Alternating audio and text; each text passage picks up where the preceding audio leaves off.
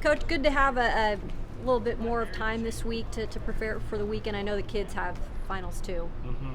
I think it felt right, just in terms of how the last weekend felt, coming back from a road series, and as you mentioned, the test. I think going back in years past, this has always been kind of that hump that we need to get over mentally and physically, just because there is a lot weighing on their plates, and even before they get into exams, they have a lot of papers. So, we all know what that feels like. I mean, it's long hours at night, and oftentimes little sleep. So, you try to do the best you can to give them some recovery time. Texas A&M has been playing really well lately. What have you seen? Is that just the process of first a new coach coming in and they settle in, or what have you seen from them that maybe they've improved on over the last few weeks? I'm not sure, how it's evolved for them, but I do think, Slosh is new. I've coached with Slosh and known him ever since my Presbyterian days when he was at Elon, and he's a really good coach, and he puts together really good teams. I think the thing for a new coach, and also in a kind of that free agency world that we have in college baseball, when new players come into a program, there's a blending process that takes place, and the fall is probably not good enough. You got to get into the season, you got to put lineups on the board, you got to face outside competition, and I think it takes time for a team to kind of gel together. And it looks like, at least from afar, that's what they've been doing. They've got some really good players. They're older in some ways. The pitching is older, and they've got some good-sized young kids that have played at other schools that have done very well and now playing together very well. So it's probably what makes them a good team. How do you navigate that lineup? Because they got Rock and Moss are really hitting, and some other guys. They've scored a lot more runs lately. What are the challenges of pitching to them? I don't know. I don't know, Chris. I don't know if it's any different, really. And I'm not comparing the two teams, but I don't know if it's any different than Kentucky, because Kentucky rolled up a lot of runs, weeks prior to us too. And you start looking at lineups, I think it comes down to particular weekends where teams just start running with offense, and it looks like, okay, they're good, and they are. But we've been there too, and so I think it's just. I don't mean to be just use general coach speak, but I think it's about McIlvain and any other pitcher who's on that mound is executing their fastball and executing their pitches to the best of their ability to kind of slow the bat down. You can only work off of their weaknesses unless you're pitching to your strengths. If you're not getting to your strengths, it doesn't matter what their weaknesses are. How does your pitching structure this weekend? Is it a lot like last? Yeah, I think so right now. I think we're just have to move one at a time right now and kind of get through that first game, and then kind of size up what we have left and then move from there. Christian's been mostly a short inning guy for you, but he's been brilliant. He's not walking guys. He's not giving up extra base hits.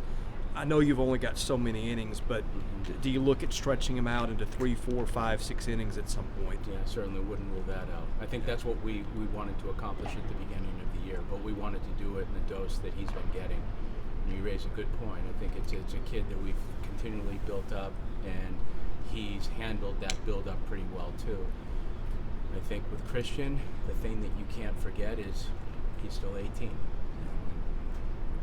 Yes, he did have part of a freshman year, but right now, for all intents and purposes, he's getting that full year of what a freshman would get. So now you're starting to watch him develop a little bit more. I can see it across the street academically, but as I've spoken before, those things correlate with one another, and you're starting to see that on the field as well. The back end of your bullpen was a bit of a question coming into the year, but Thomas has thrown exceptionally well. He keeps the ball on the ground. He doesn't put guys on base. Yep. Nick hasn't been Nick yet, but you know what he can be. How do you feel about your ability to get outs in the end game there with those guys? I feel good. I do. I mean, what you mentioned with Thomas, I think he's evolved. He's matured in that particular spot. I do think Nick will continue to be Nick. I just think he needs touches. and he just needs to get back out there. He's moving well, so I can, from a visual standpoint, you can see where he's moving a whole lot better than he did even at the beginning of the year. I didn't think he was moving well even when we were getting ready to go in January and February. So, not prognosticating back then, but at the same time, you just felt like, okay, that doesn't even look like Nick yet. He didn't have a fall either, and he didn't have a summer. He just went from the College World Series right into January. So I think as he gets on the mound more, I think we're going to see more of what he's capable of doing.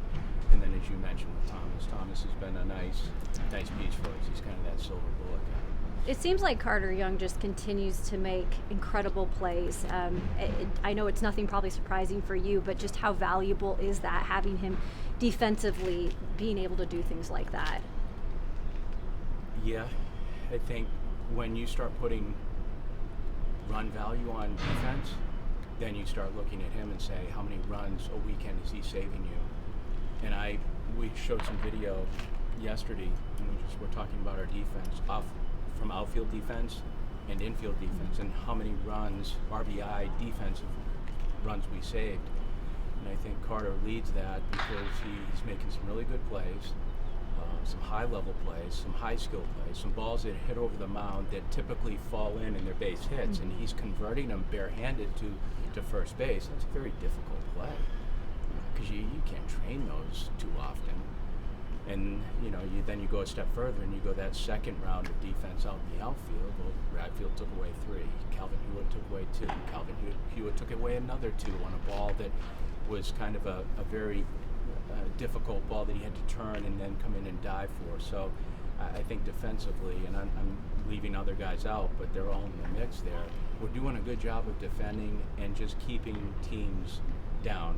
And if we can do that, then that's all we can do. And then offensively, we'll just try to get better. You're in a difficult spot where you got a guy like a Hewitt who's really hitting and playing well. Mm-hmm. Polk has shown up in spots pretty loud at times. And then you sit that guy on the bench, you give a guy that's not been playing as much or playing as well a spot, but you know what those guys can do because you've seen their past. Mm-hmm. I know that opens you up for questioning as a coach. How do you balance that whole thing of, well, this guy's producing, but he's sitting today to play this guy that's not doing what he can do, but we know what he can do, and maybe this is the chance to get him jump-started? Yeah, I just think it's more instinct and feel than anything else. It's just going with the guy that you think the matchup with the pitcher, where you think he is mentally, because I think that's where training and that's where your interactions with the kids matter. It's just like, okay, I feel good about this guy right now because where he is mentally. You can see when sometimes guys are scuffling a little bit, and then you can start to see where guys are on the other side of scuffling where they're saying, okay, now I'm starting to feel good about themselves, and you start inserting them. Did that last year with Vaz. We did it last year with Lanive, and I think it's not just always playing the hot hand, because I think there's some harmony that goes with a lineup, but at the same time, you mentioned Polk and Hewitt, and they can be valuable. They can be valuable pieces, and that's not leaving out Lanive, and that's not leaving out Vaz. I mean, Javi's a good player, and he's a good piece for us too, but I think it's just lining them up according to what you think makes the best sense for the team in the matchup. Are you settled on Futrell sitting out this weekend, and is that just kind of freshman first time playing college baseball, might as well give him a week off? I think it worked out good for him. I think it worked out good for him in the fact that we didn't have to use him on Sunday because he was only available on Sunday, and the fact that he didn't have to pitch this weekend. I think a blow for these kids is important. We gave Leiter one last year. Could have Kumar used one? Sure. I think, you get into these big league seasons, and I think they're skipping weeks because they know how difficult it is just to continue. And the flurry of arm injuries always makes you think, too, it's every kid's one pitch away. So I think just getting to the point where, especially Futrell or any other freshman, where they haven't done it before, you try to sit them when you can and give them the rest they need so that they can get ready for the last run. What needs to happen for the offense to kind of get a little bit more consistent? It'll be like, scoring 10 runs one day and like 2 runs the next day. What needs to happen for it to be like more, every day, similar levels of production? Our cleats need to touch first base. If we can do that, then we'll start moving runners. But I think getting to first base, whether it be any skill, walk, hit by pitch, better competitive at bats throughout, maybe earlier. I think in just the confidence that's gained by people hitting together, meaning one guy gets hot, second guy gets hot, third guy gets hot. I mean, it's very contagious. I've seen it for a long period of time. Offense kind of moves in that direction. And I think the thing about our offense is I just feel at some point in time it's going to happen because there's some good pieces in there, and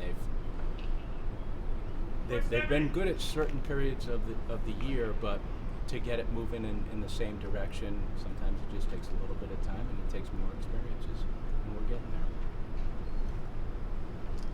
Anything else?